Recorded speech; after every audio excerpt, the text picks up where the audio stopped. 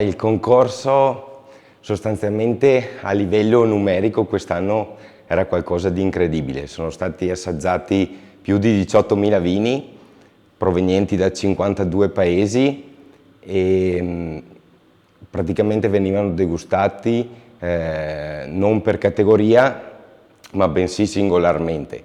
Chi riusciva ad ottenere il punteggio più elevato ovviamente andava avanti e c'erano più medaglie. C'era medaglia di bronzo, medaglia d'argento, medaglia d'oro. Sopra le medaglie d'oro c'erano le medaglie di platino e una volta conclusa la degustazione tutte le medaglie di platino sono state riassaggiate nuovamente per decretare i 50 Best in Show. Noi abbiamo partecipato soltanto con una bottiglia e abbiamo partecipato con la bottiglia che più identifica la nostra azienda, il 4787 Rive di Vidor.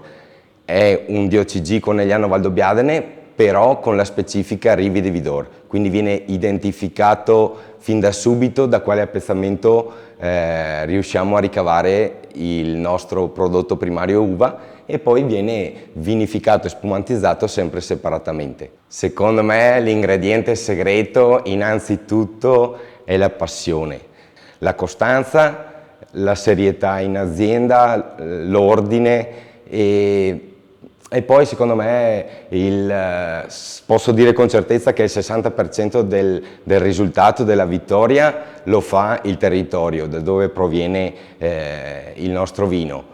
Poi serve anche un po' di testa, un po' di conoscenze enologiche e anche la famiglia ha il suo peso in tutto questo. Il nome della bottiglia 4787 ha una storia un po' particolare e divertente. Sostanzialmente non è altro che l'anno di nascita di papà e l'anno di nascita mio, nonché le ultime 2 generazioni che portano avanti l'azienda.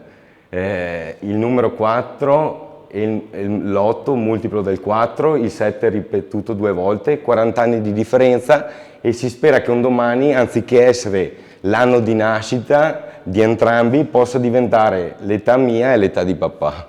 L'azienda il prossimo anno sì, in realtà compie 100 anni perché esiste dal 1922. In tutti questi anni sostanzialmente l'unica cosa che non è mai cambiata è la passione per il mondo vino e per la viticoltura. Fin dall'inizio non è mai stato venduto 1 chilo d'uva, è sempre stato trasformato, il prodotto primario è sempre stato vinificato. Sono cambiate le tecnologie e l'attrezzatura per la vinificazione e la spumatizzazione e la dimensione dell'azienda. Anno dopo anno si cercava di acquistare tutte le colline più qualitative dal punto di vista del microclima o del terreno.